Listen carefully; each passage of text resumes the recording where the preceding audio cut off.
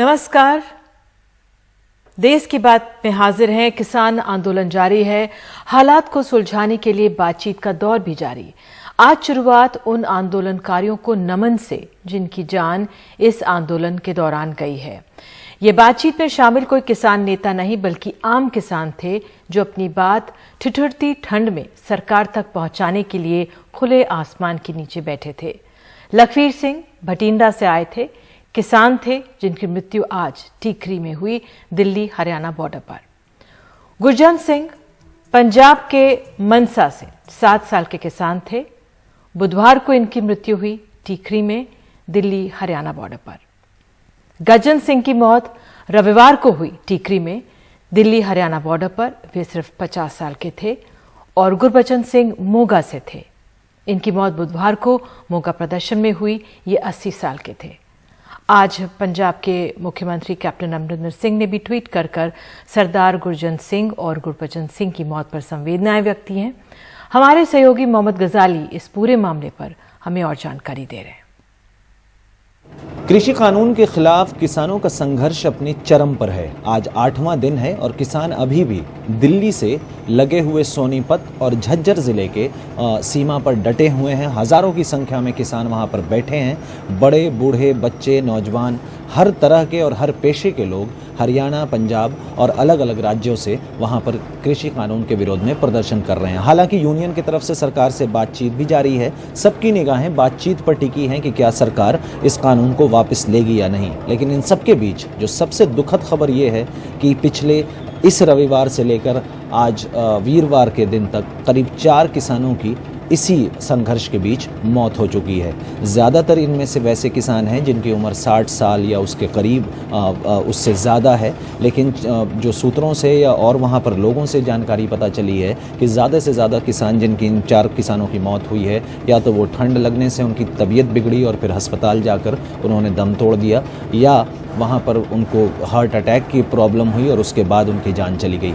हालांकि सरकार की तरफ से अगर पंजाब सरकार की बात करें तो पंजाब सरकार की तरफ से आज ही मुख्यमंत्री कैप्टन अमरिंदर सिंह ने ये बयान दिया है कि 2 किसान, एक मानसा ज़िले और एक मोगा ज़िले के हैं, जिनके लिए वो 5-5 लाख रुपए के मुआवजे का भी ऐलान किया है। लेकिन कहीं ना कहीं इन घटनाओं के बावजूद, इन मौतों के बावजूद किसानों का जो संघर्ष है या उनकी जो आप कमिटमेंट कह लें, वो अभी भी बरकरार है। अभी भी कई लोग और कई सीनियर लोग 50-60 साल से उम्र के बहुत ज़्यादा लोग अभी भी पंजाब से, हरियाणा से और राजस्थान यूपी जैसे प्रदेशों से अभी भी वहाँ पर पहुँच रहे हैं। और इन मौतों के बारे में उनकी भी यही राय है कि एक तरह से वो किसान कानून या कृषि कानून को हटवाने में शहीद हुए हैं। अब देखना ये होगा कि सरकार कृषि कानून पे क्या फैसला लेती है। लेकिन साथ ही साथ एक संवेदनशील मुद्दा है जहां पर लोग संघर्ष करते हुए जिनकी मौत भी हो जा रही है, तो कम से कम सरकार को उन परिवारों के बारे में, उन लोगों के बारे में ज़रूर सोचना चाहिए। चंडीगढ़ से मोहम्मद गजाली, एनडीटीवी इंडिया। तो एक तरफ देश की राजधानी दिल्ली की सरहदों पर धरना प्रदर्शन चल रहा है, तो दूसरी तरफ सरकार से बातचीत भी। किसान नेताओं और केंद्र के बीच कृषि कानून को लेकर बैठक करीब 6 घंटे से चल रही है। 40 किसान नेताओं और सरकार के बीच एक चौथे दौर की बातचीत है। आज उत्तर प्रदेश और महाराष्ट्र के किसान भी शामिल हुए हैं। अभी परसों भी किसान नेताओं ने विज्ञान भवन में सरकार से बातचीत की थी, लेकिन कोई नतीजा नहीं निकला। बातचीत शुरू होने से पहले कृषि मंत्री ने कहा कि उन्हें सकारात्मक परिणाम की उम्मीद है। सूत्रों के मुताबिक इस बैठक में किसान नेताओं ने जो एमएसपी गारंटी के लिए कानून लाने की मांग सामने रखी है। किसान लगातार ये कहते आ रहे हैं कि जब तक सरकार उनकी मांगे नहीं मानेगी, वो दिल्ली की सीमाओं पर बैठे रहेंगे। और हिमांशु शेखर हमारे सहयोगी विज्ञान भवन में मौजूद हैं। हिमांशु, करीब 6 घंटे हो गए हैं जब से ये बातचीत चल रही है। क्या निकल कर आ रहा है सामने?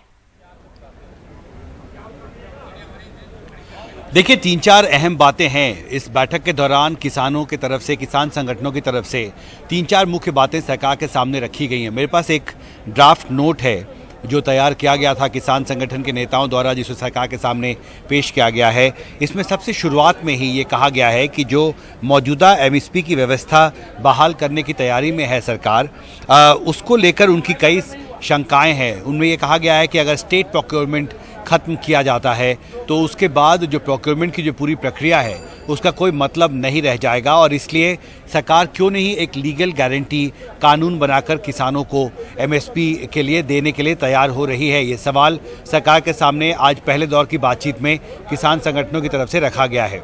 दूसरी बात ये कहा गया है कि सरकार ये कह रही है बार बार कि तीनों कानून जो है वो किसानों के हित के लिए उनके बेहतरी के लिए लाया है सरकार ने।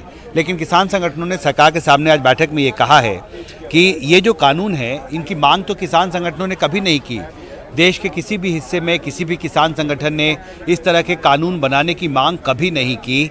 और ये जो पूरा कानून है ये किसानों की बेहतरी के लिए या उनके फ़ायदे के लिए नहीं बल्कि कॉर्पोरेट्स के फ़ायदे के लिए लाया गया। यह आरोप आज किसान संगठनों की तरफ से यहाँ पर लगाया गया है और ये मांग की गई है कि वो सरकार जो है वो तीनों कानून वापस ले।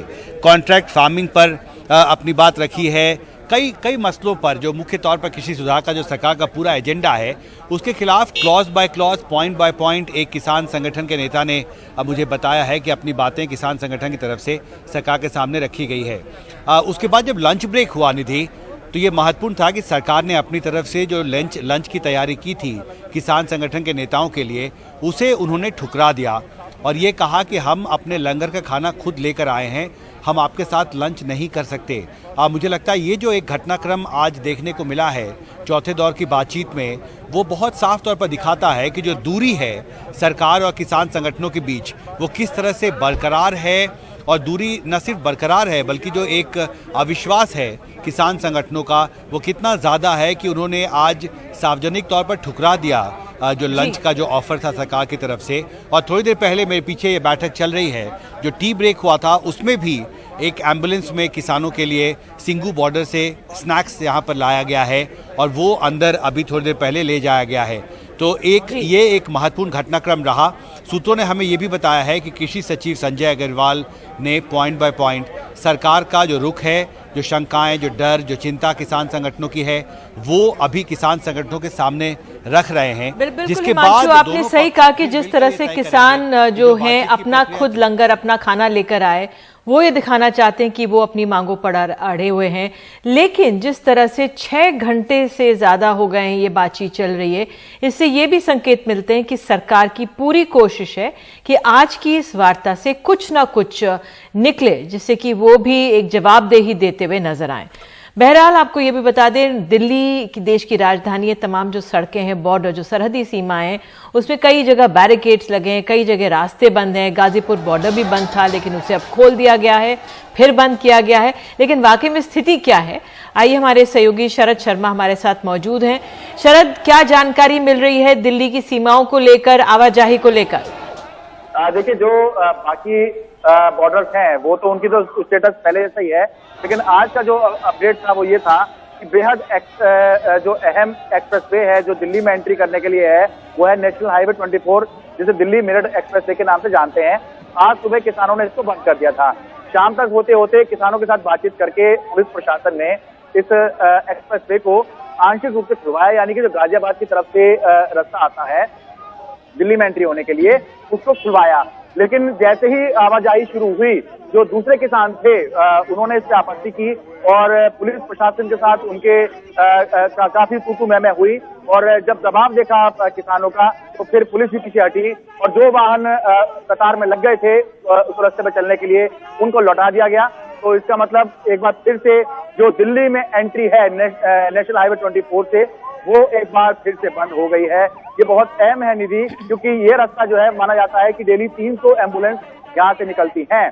लेकिन ये भी बताना जरूरी है कि किसानों ने एक रास्ता छोड़ा हुआ है एम्बुलेंस के निकलने के लिए, लेकिन आम लोग जो हैं, बाकी लोग जो हैं वो यहाँ से नहीं निकल सकते। यानी इस रास्ते से दिल्ली पर जो एंट्री है वो एक बार फिर से थोड़ी देर के लिए खुली थी, कुछ मिनटों के लिए, लेकिन अब फिर से बंद हो गई है। ओके, बहुत धन्यवाद शरद इस जानकारी के लिए। आप नजर बनाए रखें तो एक मैप के जरिए आइए दर्शकों को बता देते कि कहाँ पर बैरिकेडिंग है और कहाँ पर रास्ते बंद हैं। तो जो बॉर्डर बंद हैं वो हम आपको दिखा रहे हैं कि लामपुर, पियाऊ, मिनियारी, सफियाबाद, सिंघू, सबोली, गाजीपुर, चिल्ला यूपी से दिल्ली में आने के लिए अब जीटी रोड पर अप्सरा बॉर्डर, वजीराबाद रोड पर भोपुरा बॉर्डर और डीएनडी फ्लाईओवर जो खुला है वो हमने आपको ये बताया है। और अब बात महाराष्ट्र के किसानों की। सरकार ने आज बैठक में महाराष्ट्र से भी 2 किसान शामिल हुए हैं। कृषि बिल के खिलाफ आंदोलन कर रहे किसानों के समर्थन में ऑल इंडिया किसान सभा पूरे महाराष्ट्र में प्रदर्शन कर रही है। वो किसानों के समर्थन में एक चिट्ठी भी जारी कर रहे हैं। नासिक में प्रदर्शन कर रहे किसानों ने कृषि बिल को वापस लेने की मांग की है। नासिक से 60 किलोमीटर दूर चांदवड में भास्कर राव शिंदे खेती करते हैं। छोटे किसान हैं, 5 एकड़ खेत है। यहाँ वे मक्का और प्याज उगाते हैं। गुरुवार को वे किसान संगठनों की ओर से कृषि कानूनों के खिलाफ प्रदर्शन में शामिल हुए। कहते हैं अभी ही उनको मक्के पर एमएसपी नहीं मिल रही है। जब निजी कंपनियां आएंगी तब सरकार कैसे तय करेगी मिल जाए। डर तो इस बात का है कि अगर आज तो नहीं है मंडी समिति में, मंडी आज तो मिलती नहीं, लेकिन अगर जो मिलता है अभी जो गारंटी है, थोड़ा बहुत जो गारंटी में समिति में मिलता है वो बाद में नहीं मिलेगा। अगर हम लोगों का मंडी समिति अगर बंद हो गई तो जो आज मिलता है 1200-1300 उसका भी कोई गारंटी नहीं होगा। बड़ी बड़ी कंपनी आएगी तो वो तो माल लेके जाएगी और मंडी समिति बंद हो जाएगी। इसकी वजह से आज इसमें किसान को परेशानी है। वो बताते हैं कि छोटे और हाशिए के किसान के लिए पैदावार को दूर जाकर बेचने का मतलब ढुलाई का खर्च बढ़ जाना है। और उसका 2 क्विंटल 3 क्विंटल माल अगर वो उस दूसरे मंडी में जाने का तो उसको ले जाने में खर्चा कितना आएगा? वो तो बहुत ज्यादा आने जाने में पूरा उसका माल का पैसा खत्म हो जाएगा।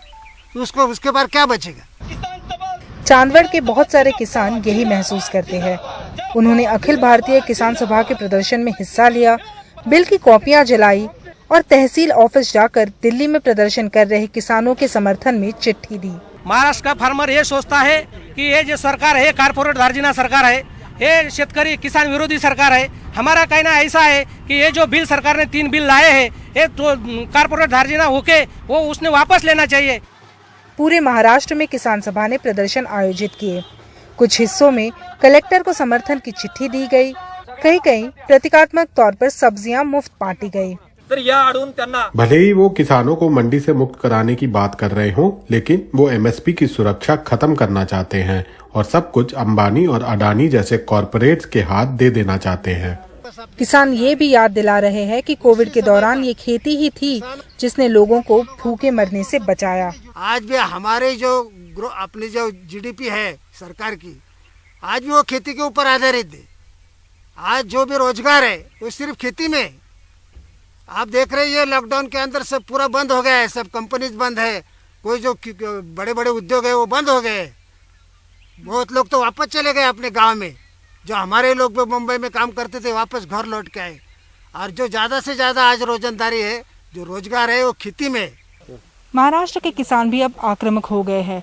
उनको भी एमएसपी को लेके चिंता है और उनका कहना है कि अगर केंद्र ने उनकी चिंता का समाधान नहीं निकाला तो वो भी दिल्ली की तरफ रवाना हो जाएंगे। कैमरा पर्सन प्रवीण जी रोहित के साथ नासिक से पूर्वा चिटनिस, एनडीटीवी इंडिया। तो देश की बात में एक छोटा सा ब्रेक लेते हैं। ब्रेक के बाद आपको मध्य प्रदेश ले चलेंगे और जो कपास के किसान हैं वो क्यों परेशान हैं बताएंगे। लेकिन अभी देखिए सिंघू बॉर्डर पर घुड़सवारों का विरोध कैसा है। पारंपरिक पोशाक में बॉर्डर पर किसान हैं, सिंघू बॉर्डर पर किसानों के रंग।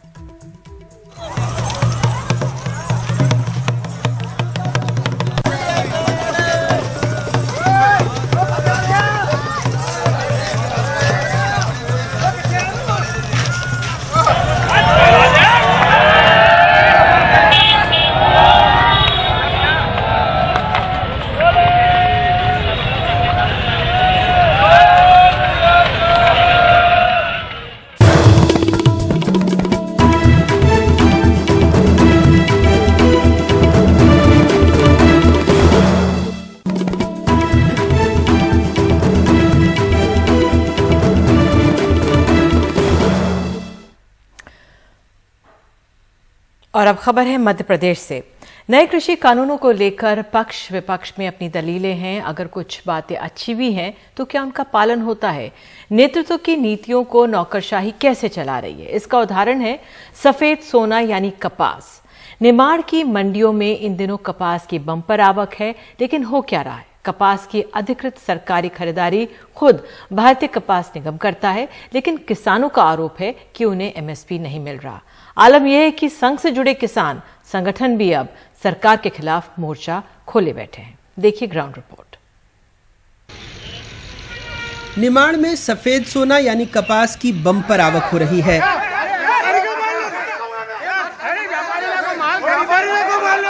लेकिन मंडियों में हंगामा बरपा है।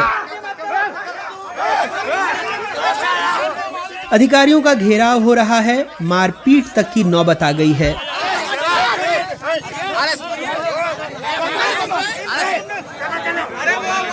आरोप है कि मंडी प्रबंधन और भारतीय कपास निगम यानी सीसीआई की मिलीभगत से किसान लुट रहे हैं।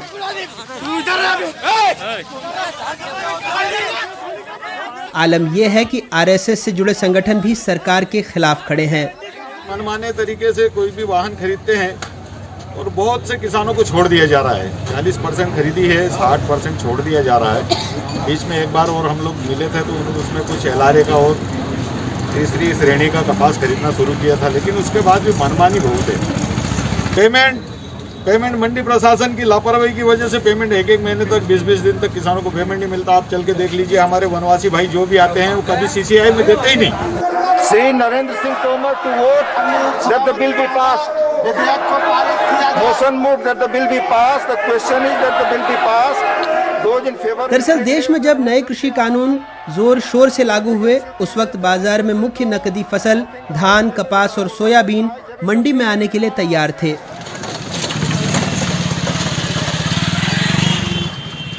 इस शोर में किसान को लगा कि उसे फायदा मिलेगा, लेकिन खुद केंद्र सरकार की कंपनी यानी सीसीआई जब मंडी पहुंची तो उनके दाम सुनकर किसानों का आरोप है कि वो ठगे रह गए।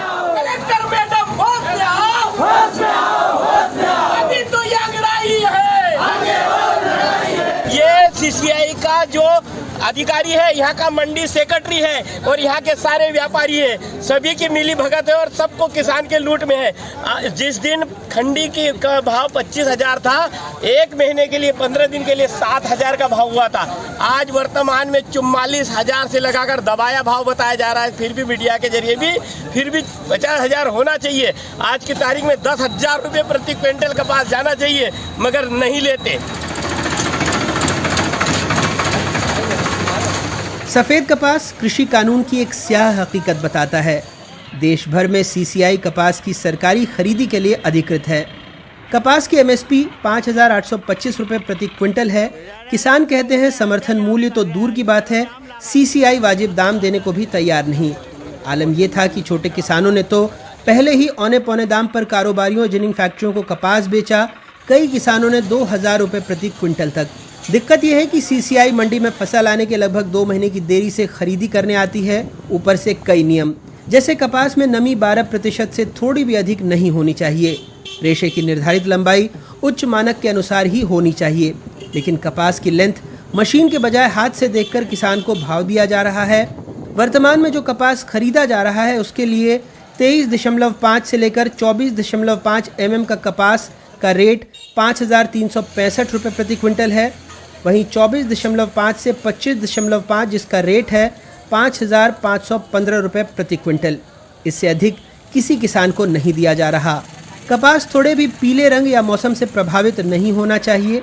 भंडारण की अपनी दिक्कत है, कपास सूखता है जिससे भंडारण में उसका वजन कम हो जाता है। जो किसान मंडी आ रहे हैं वो भी भीड़ से परेशान हैं। खरीदने के बाद कपास प्राइवेट जिनिंग प्रेसिंग के लिए जाता है। यहाँ से भ्रष्टाचार का खेल शुरू हो जाता है। आरोप है कि जिस जिनिंग फैक्ट्री में सीसीआई की रुई गठान का काम चल रहा है, वहाँ मिली भगत से अच्छी रुई की गठानों की अदला बदली कर ली जाती है। अच्छे लेंथ की रुई का बाजार मूल्य अच्छा होता है, जिससे कारोबारियों को सीधा फायदा मिलता है। खरगोन स्थित कॉटन एसोसिएशन ऑफ इंडिया में जो रुई लेंथ चेक होने आती है, गुणवत्ता के हिसाब से उसका एमएसपी 5,775 से 5,825 रुपये प्रति क्विंटल होना चाहिए, लेकिन किसान से इस रेट पर कपास नहीं खरीदा जा रहा। कम से कम अपने 27.5 mm है खरदार के। अच्छा। और अधिक से अधिक 31 का बैठ रहा है। अच्छा। आज की कंडीशन में हमारे सीसीआई का आता है कॉटन कॉर्पोरेशन का, प्लस लोकल पार्टियां जो भी जिनर्स हैं, ट्रेडर्स हैं, ये लोग टेस्ट करवाते हैं। यकीन करेंगे, निमाड़ की सबसे बड़ी कपास मंडी में लेंथ चेक करने की मशीन धूल खा रही है। यहाँ हाथ से चेकिंग होती है। लैब में तो चेक नहीं कराते हैं, माइस्टर चेक करते हैं पर। और रही बात भुगतान की तो कुछ 1-8% के आसपास शिकायतें हैं। हमारे पास लैब तो नहीं अवेलेबल है, तो सीसीआई के जो अधिकारी हैं वो हाथों से लेंथ वगैरह देखते हैं। इससे घटिया कपास इस सीसीआई ने खरीदा। यही खेल है, क्योंकि कई बार बेहतर कपास को भी गुणवत्ता के नाम पर कम मूल्य का बताया जाता है, नकार दिया जाता है और वहां मौजूद कारोबारी उसे कम दाम पर खरीद लेता है। इस सफ़ेद रुई का खेल बहुत काला है और अगर किसानों की माने तो कॉटन कॉरपोरेशन ऑफ इंडिया की भी इसमें एक बड़ी भूमिका है। न सिर्फ खरीद तक, बल्कि जब ये कपास मंडी से फैक्ट्री पहुंचता है वहां भी वेयरहाउस मालिक, फैक्ट्री संचालक और सीसीआई के अधिकारी हल्का और भारी माल कहकर एक एक ट्रक से 1 से 2 क्विंटल तक माल काट लेते हैं, ऐसे भी आरोप लगे हैं। अब सोचिए, जब सरकार एमएसपी पर मौखिक आश्वासन देती है, उसके बाद अगर सरकारी कंपनी का ये हाल है तो व्यापारी क्या करते होंगे। खरगोन से आसिफ, बड़वानी से मुनाफ और भोपाल से कैमरा पर्सन रिजवान खान के साथ अनुराग द्वारी, एनडीटीवी इंडिया। और आगे बताएंगे, आयुर्वेद और एलोपैथी के मिश्रण के बाद अब 58 सर्जरी कर पाएंगे आयुर्वेदिक डॉक्टर।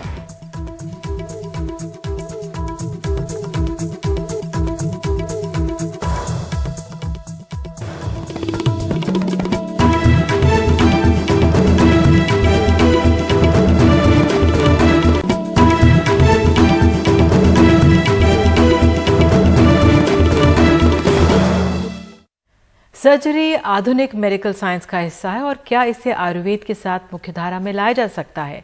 डॉक्टर्स की सबसे बड़ी संस्था इंडियन मेडिकल एसोसिएशन इसका कड़ा विरोध कर रही है। दरअसल हाल ही में सरकार ने आयुर्वेद के पोस्ट ग्रेजुएट डॉक्टर्स को 58 सामान्य सर्जरी प्रक्रियाओं की ट्रेनिंग दिए जाने की अनुमति दे दी है। आयुर्वेदिक डॉक्टर्स का कहना है कि सामान्य सर्जरी तो वो पहले से भी कर रहे हैं, 58 सर्जरीज का दायरा तो अब तय हुआ है। कोरोना काल में आयुर्वेद ने दवा बाजार में एक अहम जगह बनाई, पर केंद्र सरकार की इस अधिसूचना पर डॉक्टरों की सबसे बड़ी संस्था इंडियन मेडिकल एसोसिएशन बड़ा विरोध प्रदर्शन करने जा रही है। दरअसल इस सरकारी पत्र में केंद्र सरकार ने आयुर्वेद के पोस्ट ग्रेजुएट डॉक्टरों को 58 सामान्य सर्जरी प्रक्रिया को अंजाम देने के लिए ट्रेनिंग दिए जाने की अनुमति दे दी है। इंडियन मेडिकल एसोसिएशन की महाराष्ट्र इकाई ने अब 8 और 11 दिसंबर को विरोध प्रदर्शन का ऐलान कर दिया है। Central council of Indian medicine, that is CCIM, central council of Indian medicine का दावा है कि ये ओरिजिनल आयुर्वेदिक सर्जरीज हैं। उन्होंने इसे कोई संस्कृत नाम भी दिए हैं, लेकिन ये सारी मॉडर्न साइंस से ली गई सर्जरीज हैं। इसलिए राष्ट्रीय स्तर पर हम इसका विरोध कर रहे हैं। इसका असर उन तमाम मेडिकल छात्रों पर भी पड़ेगा जो डिग्री पाने के लिए कड़ी मेहनत करते हैं। महाराष्ट्र में सरकारी और प्राइवेट के 20,000 मेडिकल स्टूडेंट हैं जो आज से ही इस फैसले का विरोध शुरू कर रहे हैं। 1954 में बने मुंबई की आयुर्वेद कॉलेज सायन में कई सामान्य सर्जरीज होती आई हैं। ट्रस्टी का कहना है कि सर्जरीज का अधिकार तो पहले से था, पर तय नहीं था। अब 58 सर्जरी के बने सरकारी दायरे से खुश हैं। आयुर्वेद के पोस्ट ग्रेजुएट डॉक्टर्स को जो रूरल एरियाज में रहते हैं, जो मोफजल एरियाज में रहते थे, उनको ये सवाल बार बार उनके अगेंस्ट उठाया जाता था कि आपको सर्जरी के राइट्स है कि नहीं, जबकि बकायदा उनको राइट्स थे, लेकिन कहीं डिफाइंड नहीं था कि कौन से सर्जरी के राइट्स है, क्योंकि वो बेसिक सर्जरीज करते थे। 79 का जो हमारा एक्ट जो प्रोविजंस थे, जहां सर्जरी एकदम यूनिवर्सली डिफाइंड थी, उसको एक बाउंड्रीज में डिफाइन कर दिया कि ये 58 के अलावा हमारे पोस्ट ग्रेजुएट्स कोई सर्जरी नहीं कर पाएंगे। मैं मेरे एलोपैथिक ब्रदर्स को ये कहूंगा कि ये नेगेटिविटी छोड़ के, अगर वो चाहते हैं कि कुछ क्वालिटी इंप्रूव हो तो जरूर हम इसके लिए ओपन है, लेकिन opposition for the sake of opposition से हम परे हटते हैं। वैसे कानून के जानकार भी सरकारी कदम को जल्दबाजी में लिया फैसला बता रहे हैं। According to me, the decision to allow, मुझे लगता है कि जल्दबाजी में ये फैसला किया गया, क्योंकि सिर्फ आयुर्वेदिक मेडिसिन के दम पर सर्जरी नहीं होती। इसमें एलोपैथिक एनेस्थीसिया की जरूरत पड़ती है, एलोपैथिक पोस्ट सर्जिकल केयर की जरूरत पड़ती है। ऐसे में एक मरीज को आयुर्वेदिक और एलोपैथी के मिक्स एंड मैच में डालना अनैतिक है। आयुर्वेद आधुनिक तकनीक के तालमेल से आगे बढ़ने की कोशिश में है। सरकारी मुहर से शायद मदद भी मिलेगी, लेकिन क्या ये इतना आसान होगा? मुंबई से पूजा भारद्वाज की रिपोर्ट, एनडीटीवी इंडिया के लिए। छोटा सा ब्रेक लेते हैं और ब्रेक के बाद आपको एक बार फिर से किसान आंदोलन में मिल रहा है किन किन खिलाड़ियों का साथ, ये बताएंगे छोटे से ब्रेक के बाद।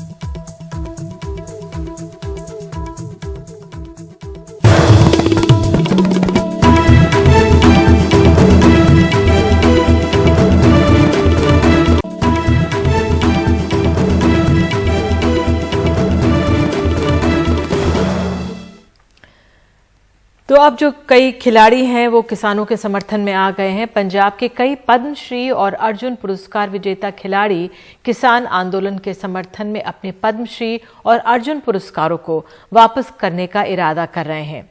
पूर्व ओलंपियन और एशियाई खेलों के स्वर्ण पदक विजेता पहलवान करतार सिंह सहित कई खिलाड़ियों ने इसे लेकर राष्ट्रपति को खत लिखकर अपनी फिक्र जताई है और कहा है कि वो किसानों के साथ हैं। इसलिए इन्होंने राष्ट्रपति से मिलने के लिए रविवार या सोमवार को सहूलियत के हिसाब से एक समय मांगा है।